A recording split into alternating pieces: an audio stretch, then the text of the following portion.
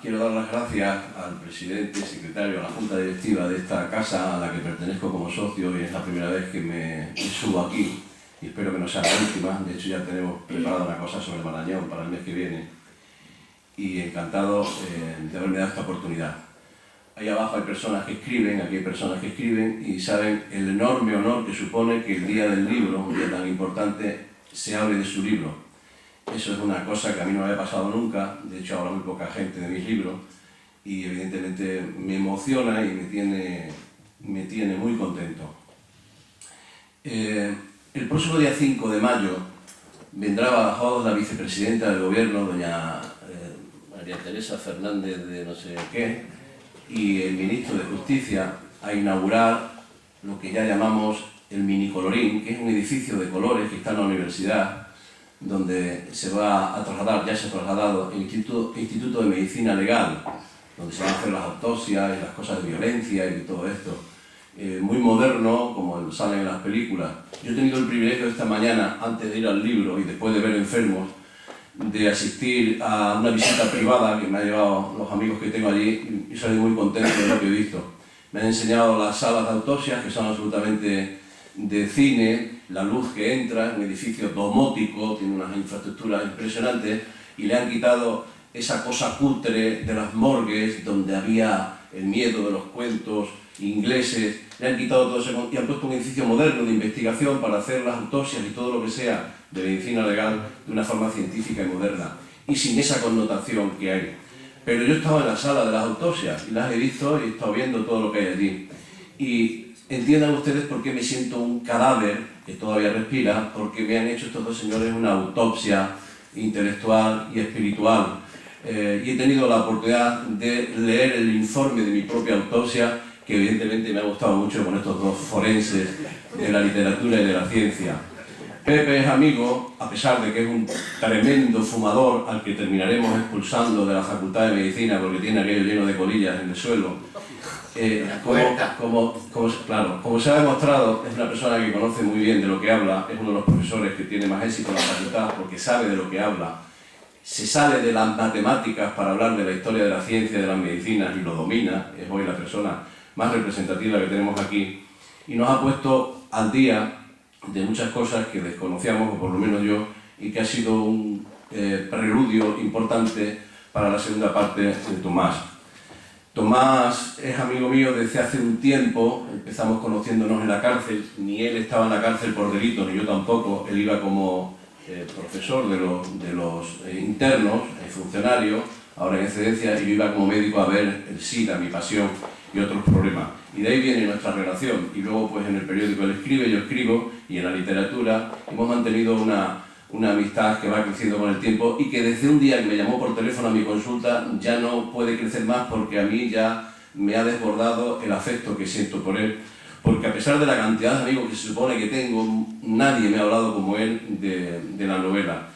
Hasta el punto de que me llama a la consulta, interrumpo la consulta porque me sorprendía que un personaje y una persona como don Tomás Martín Tamayo me llamara no para hablar de los niños, los estudios, o para un enfermo o un familiar que hay que ver, sino para hablarme de mi novela. Y empieza a hablar de novela, empieza a decir tales cosas que yo creí que se estaba literalmente, perdonen la expresión, pero es muy cervantina, cachondeando de mí. Digo, pero ¿cómo se me ocurre esto? Me llaman aquí para decirme esto. Y empieza a decir cosas y cosas y cosas, y me tuvo como 1 hora y pico diciéndome maravillas de la novela. Yo me quedé absolutamente conmocionado, pero como él es así, no tuvo bastante y me llama por la tarde otra vez y nada más que se le ocurre hablar de Cortázar y de no sé qué. Y yo digo, pero bueno, ¿cómo es posible? Bueno, pues a lo mejor es que la novela no está mal, dije yo. Y fui dejando. Cada vez que me lo encuentro, esta mañana ha sido la última vez, o el correo que me mandó para confirmar que venía, pues habla maravillas como la que has dicho, que tienen mucho de la generosidad del amigo y del compañero que escribe en el periódico y en la literatura. Acaba de publicar El Planeta su novela, lo cual ya marca una diferencia entre él y el resto de los mortales. Y ese peso de la amistad es lo que hace que haya dicho las cosas que has dicho, que me gustaría tenerlas grabadas o tenerlas por escrito, porque se puede decir muy poco más de una obra. Ha sido un análisis tan profundo, tan detallado, tan bueno, tan excelente, que no habrá crítico en la prensa española, incluso aunque estuviera pagado, que es el orden de los tiempos, que pudiera hacer un análisis como el que ha hecho.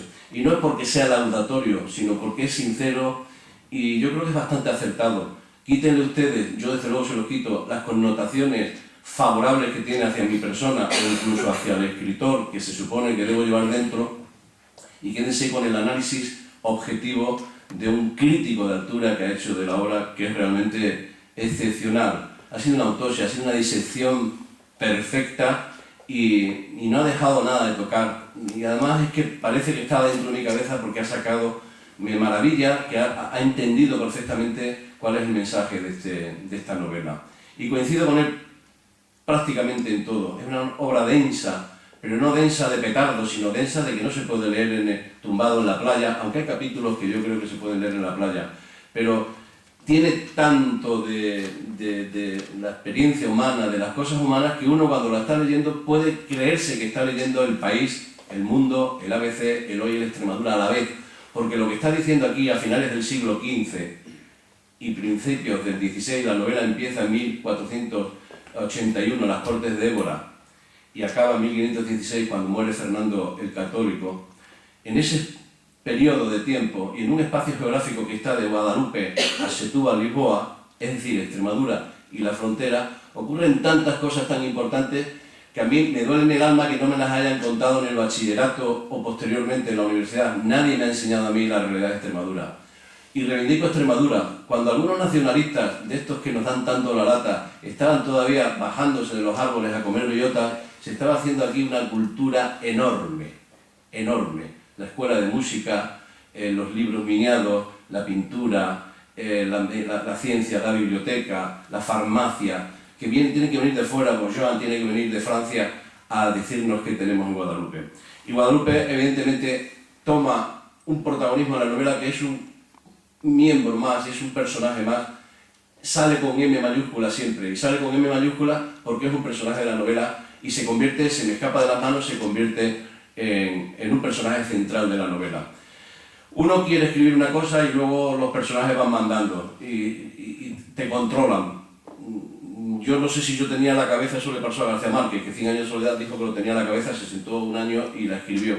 Yo no llego a tanto. Yo sencillamente tenía mucho conocimiento, si me permiten la inmodestia de Guadalupe, por cuestiones profesionales, porque he trabajado en el tema de la escuela de medicina, y tenía muchísima información, y la tenía ahí aparcada, y he sacado algún librillo, he sacado artículos y conferencias y tal, y digo, bueno, pero me estaba rondando la idea de escribir una novela, una tercera novela, me picaba el cuerpo ya, necesitaba contar una novela, y un día se me apareció la Virgen de Guadalupe y me dijo, pero ¿por qué no escribes una novela sobre Guadalupe?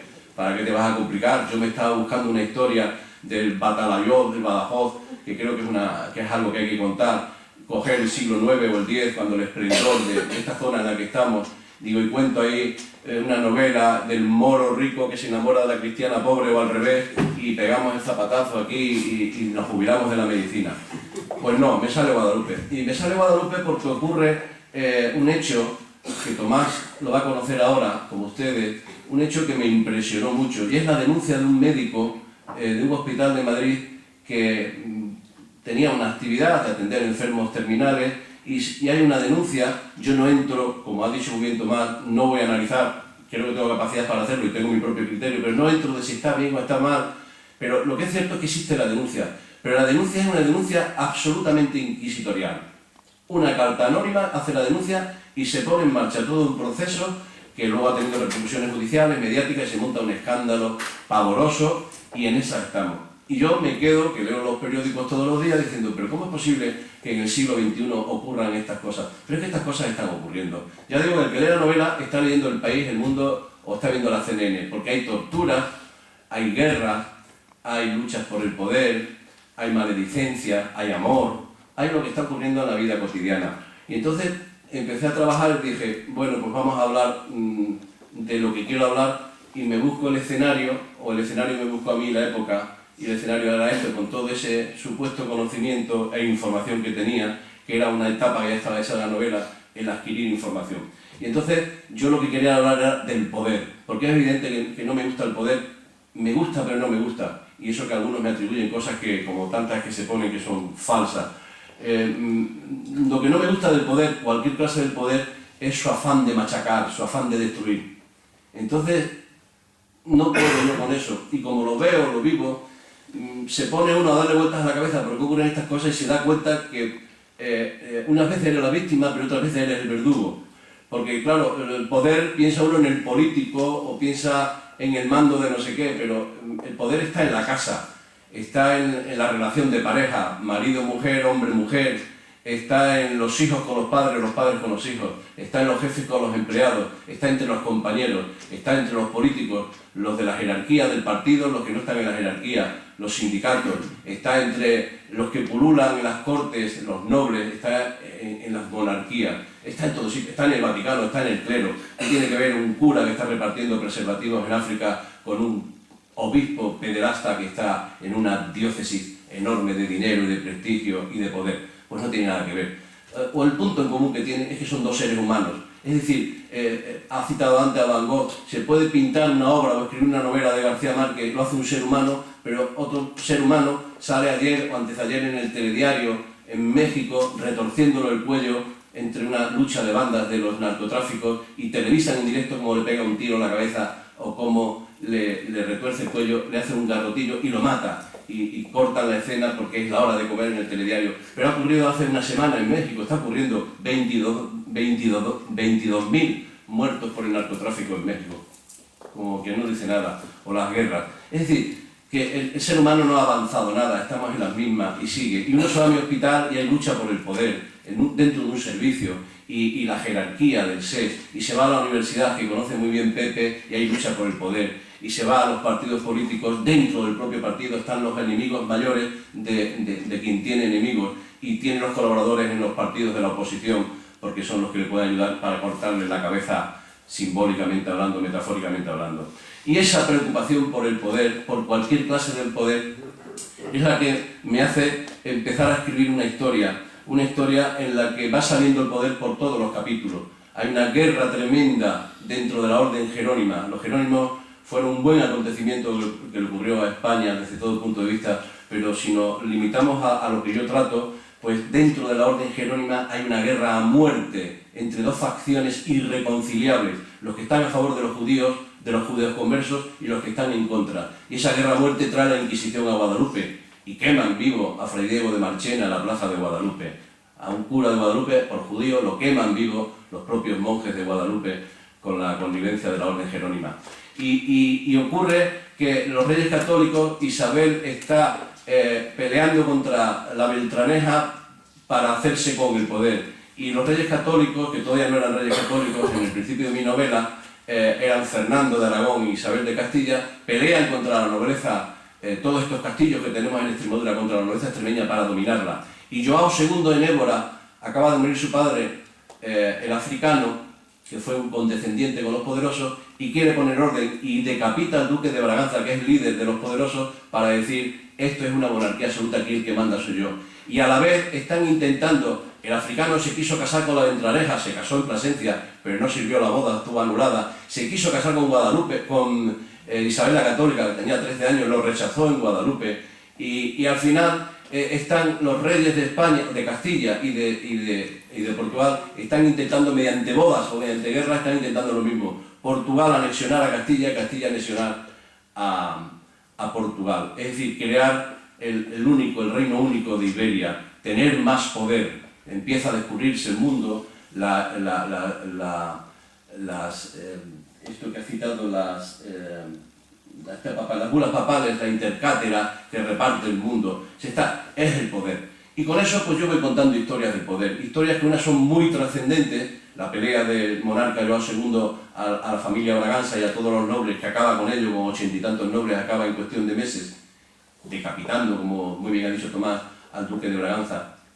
Los reyes católicos ponen orden aquí, ponen orden entre ellos, los jerónimos ponen orden entre ellos a su modo, y van saliendo escenas, ideas de la vida cotidiana, mejor o peor descritas en la novela, pero que lo que está haciendo es retratando una realidad, que es el ser humano, que es ese que es capaz de inventar un producto en la botica de Guadalupe para curar una plaga nueva, la sífilis, que viene, dicen, de América, aunque yo no estoy de acuerdo con eso y está también publicado, pero se está trabajando para salvar a la gente en Guadalupe, viene gente de toda la península ibérica a curarse a Guadalupe, la Virgen, el milagro de la Virgen, pero los médicos de Guadalupe. Y ustedes piensen lo que es hoy con el coche, con una carretera muy buena, vayan por donde vayan, ir a Guadalupe. Son 200 kilómetros y es un rato de carretera y de curva que quien no está acostumbrado se puede marear. Piensen lo que es una zona en el siglo XV que era absolutamente difícil de llegar a ella y que tenía lobos, que tenía osos y que tenía salteadores de camino. Hay un puerto en Toledo que le llaman el puerto de arrebatacapas, porque te arrebataban la capa y la vida. De hecho, hay un pasaje en la novela que a un monje lo matan. Bueno, pues era dificilísimo, y siendo tan difícil, los Reyes Católicos vienen nada más y nada menos que 22 veces a Guadalupe. 22 veces a Guadalupe, desplazándose desde Plasencia, desde Cáceres, desde Madrid, desde Valladolid, desde Córdoba, desde Sevilla.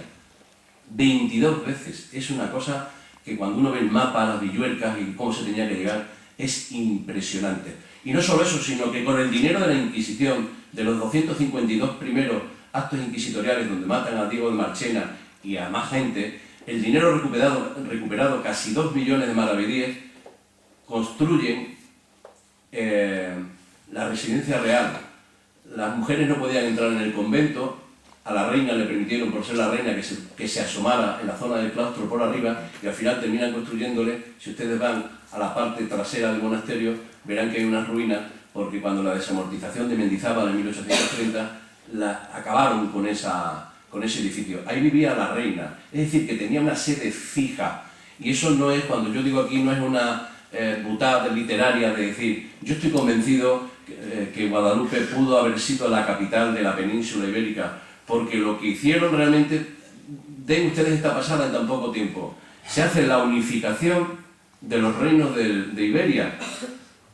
Los moros son expulsados, luego los moriscos, los moros son expulsados, los judíos son expulsados.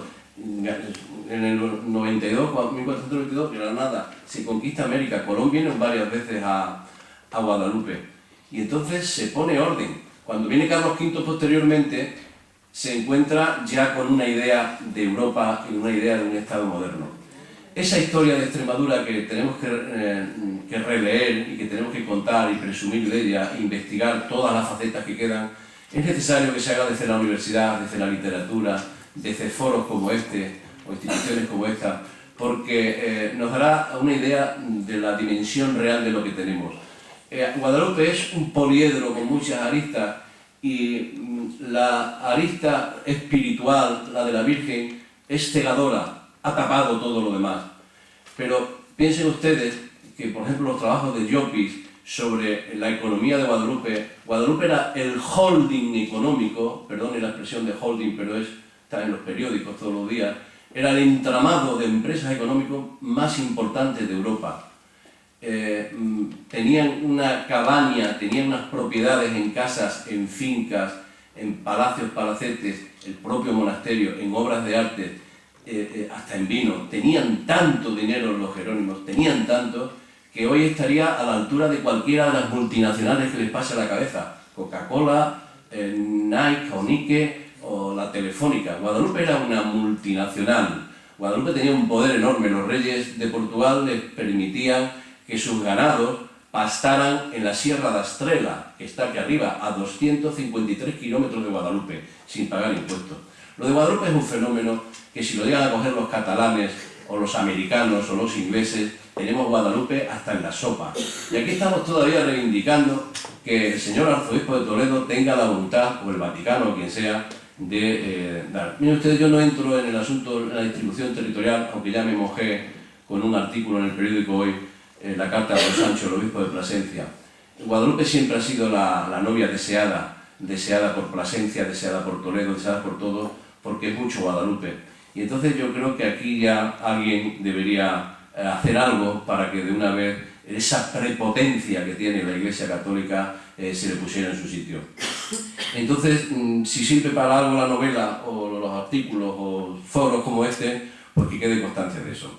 Yo no les voy a decir nada más, nada, que esta novela se ha escrito, pues como todos los libros se escriben, con muchas ganas, con devoción, con esfuerzo enorme, nunca con la intención de que pasara a la posteridad, pero coincido con Tomás en que este es un libro, y perdonen ustedes porque lo digo con toda la humildad del mundo, pero que posiblemente puede perdurar en el tiempo, porque dice mucho de la historia de Extremadura y de Guadalupe, como para que se pueda acercar un simple lector que quiera disfrutar y conocer algo y pasarlo bien, como un investigador, porque hay muchas cosas de investigación que se han metido en la trama de la novela. Y puede ser en ese punto, quizás, a mí me gustaría, yo no lo voy a conocer, mis hijas que están aquí sí lo conocerán y ojalá lo disfruten, puede ser un libro de referencia sobre Guadalupe y sobre Extremadura en ese periodo concreto. Pero la pretensión fue sencillamente soltar ese veneno que nos escuece en la cabeza a los que escribimos, que sabemos que no sirve para nada escribir, salvo para soltar el veneno, es una catarsis, es una especie de ayuda psicoterápica. Muchos leen o leemos y escuchamos música para evadirnos de los problemas del día a día. Los que nos gusta escribir, independientemente de la capacidad o de la cualidad que tengamos, nos sirve para expulsar veneno, pues para que te duela menos el pisotón del poderoso que te ha pisotado el de antes, o lo ha intentado, porque muchas veces se creen que están pisoteando pero no lo consiguen, o la tragedia que acabas de vivir, por ejemplo, con un enfermo, o con un amigo que se muere joven, o con un familiar que no le va bien, o con las 5.000 circunstancias, o con el asco que puede suponer la vida en determinados momentos cuando se abre el periódico o se enchufa la televisión. Hay gente que pasa de eso y hay otra gente que es una auténtica tortura. Y lo malo no es la tortura que uno trae, sino la tortura que transmite a los que conviven. Porque claro, cuando a uno se le va la cabeza a los mundos que se le va, pues viendo cómo el cura va por el pasillo y tal, se sube del suelo y está tomando cervezas o comiendo lo que sea y está en otro mundo. Y claro, quien ya le conoce bien dice, bueno, ya está este con los cables, pero es un sufrimiento, no es algo que se haga, no es una pose, no es inspiración, la inspiración no existe, existe el trabajo, la dedicación. Claro, las neuronas están continuamente en ejercicio y llega una idea o uno escucha una noticia o escucha un comentario, ¡pum!, y le viene para lo que está escribiendo y en ese momento se transmuta y el que diga que es un placer no es un placer, y si es un placer doloroso. Ya saben que a veces hay determinados placeres que pueden causar dolor. Pero es una forma de ir por la vida y de estar y de nada más, porque no se pretende pasar a la historia, ni hacer nada, ni ganar dinero como para regalar libros. Ya quisiera yo, a mí me dieron 4 o 5 y me los quitaron de las manos el primer día, hace un año, y no he vuelto para conseguir yo mi propio libro. Si yo les digo los libros que he tenido que comprar para regalarle a amigos, pues ni les cuento. Pero claro, va uno a la editorial, les cuesta dinero, que es una editorial modestísima, aunque tiene una nómina de escritores estupenda, y no le puede estar pidiendo libros cada 2 por 3. Por tanto, ya me gustaría a mí tener ese libro que se ha presentado esta mañana, que lo habría regalado también al patrimonio de la región, sin duda ninguna. Es un atentado contra todo meter eso en la biblioteca de uno. Eso tiene que estar para el disfrute de toda la comunidad. Pero yo no puedo, y si, pues no sé, ya no hago guardia, si no haré una guardia para pagarles el libro a todos ustedes, pero en fin, haremos lo que podamos. Estos señores han cumplido en demasía el papel que se les había dicho, se les ha dejado libertad de actuación, nos han acompañado todos, han sacado tiempo como ustedes, a los que les agradezco también la asistencia aquí, porque es un día primaveral, viernes, posiblemente hubiesen estado mejor en otro sitio paseando o en sus casas. Pero no está mal, porque a lo mejor nos conocemos más unos y otros, y eso, y no sé si también estará el mensaje en la novela, al final es lo que importa. Todos tenemos nuestra propia biografía y tenemos experiencias de todo tipo, pero yo, que lo digo, y aquí hay algún compañero médico, somos gente que tomamos café a diario con la muerte, pues tenemos una especial valoración del paso del tiempo y de que estamos aquí y no estamos aquí. Lo que ha contado Tomás de su hermano, que refrenda mis palabras, es la mejor prueba de lo que estoy diciendo. A mí esta mañana me lo contó y me emocionó. Esta novela ya no es una novela más mía, es la novela que estaba leyendo cuando murió el hermano de Tomás, y la página 232 pues queda grabada, porque yo creo que es un dato que le da una dimensión al libro y a la obra única. García Márquez no puede presumir de eso, Saramago no puede presumir de eso, ni el propio Tomás, que ha tenido la terrible vivencia de hermano. La única persona en el mundo que puede disfrutar eso soy yo. Muchas gracias.